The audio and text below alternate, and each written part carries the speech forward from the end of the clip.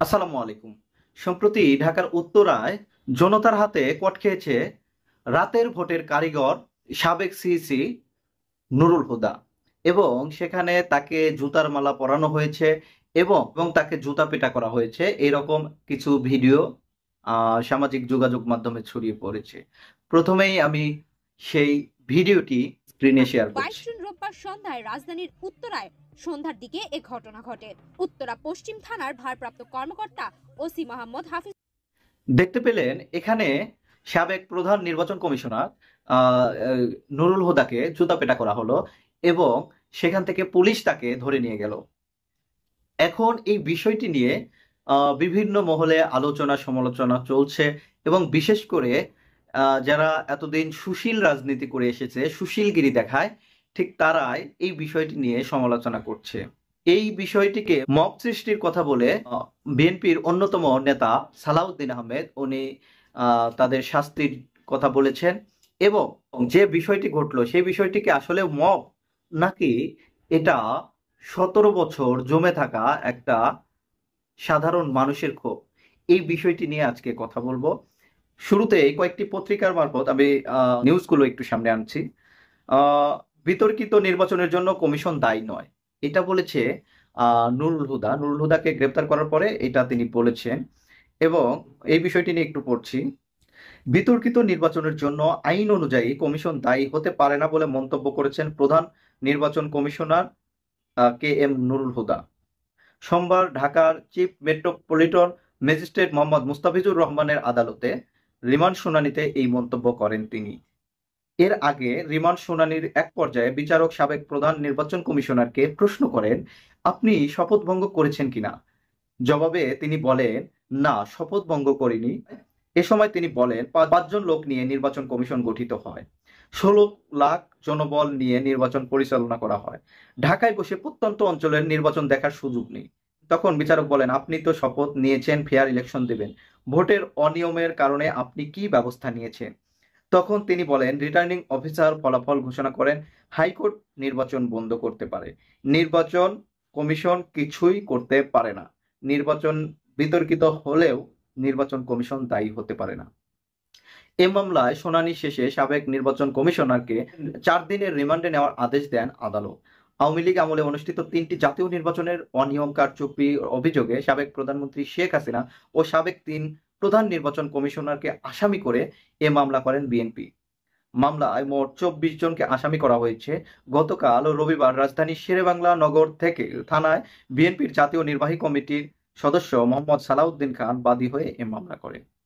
এখানে স্পষ্টতই সাবেক প্রধান নির্বাচন কমিশনার আর এই যে যে নুরুল হুদা, যাকে আমরা বেহুদা কমিশন বলতাম, সেই বেহুদা কমিশনের প্রধান তিনি বলেছেন যে এটা নির্বাচন কমিশন দায়ী নয়, নির্বাচন কমিশন গঠিত হয় মাত্র 6 জন লোক নিয়ে এবং সারা বাংলাদেশে 16 লাখ নির্বাচনী কর্মকর্তা আছে। এত মানুষকে একসাথে মনিটরিং করা তাদের পক্ষে সম্ভব নয় বলে তিনি এটা বলেছেন। এই বক্তব্যগুলো তিনি আগেও দিয়েছেন, এখন তারা এরকমই কথা বলবে, এটাই স্বাভাবিক।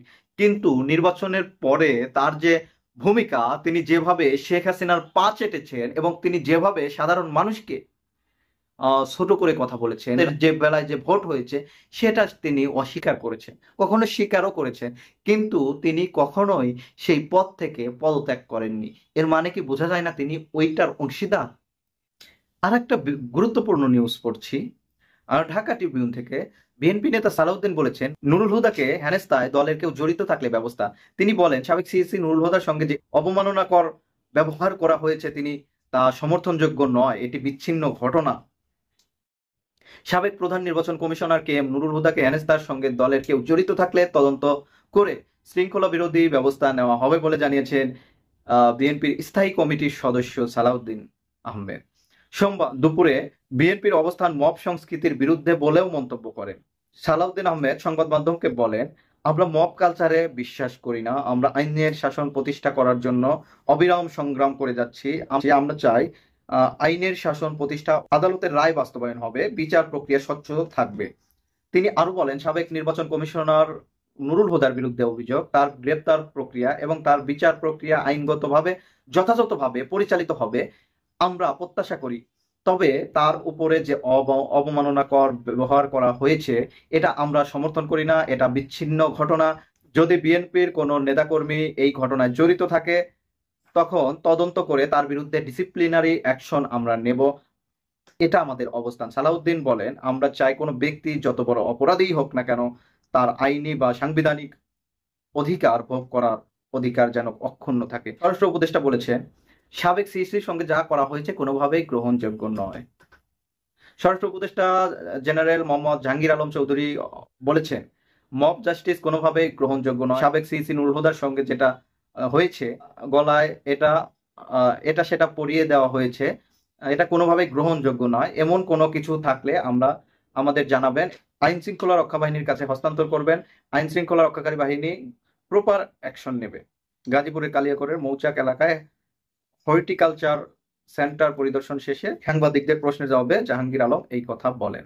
জাহাঙ্গীর আলম চৌধুরী আরো বলেন, আইন শৃঙ্খলা বাহিনীর সামনে ওনার উপর হামলা করা হয়েছে, এটা একটি তদন্ত কমিটি গঠন করা হবে।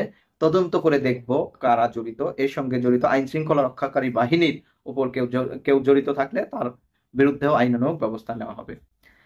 মানে একজন কালপ্রিট যিনি বাংলাদেশের 17 কোটি মানুষকে ভোট থেকে বঞ্চিত করেছে, দেশের তরুণ যুব সমাজকে একটা ফ্যাসিবাদী শাসনের হাতে তুলে দিয়েছে, সেই ব্যক্তিকে নিয়ে এদের মায়া কান্না দেখেন।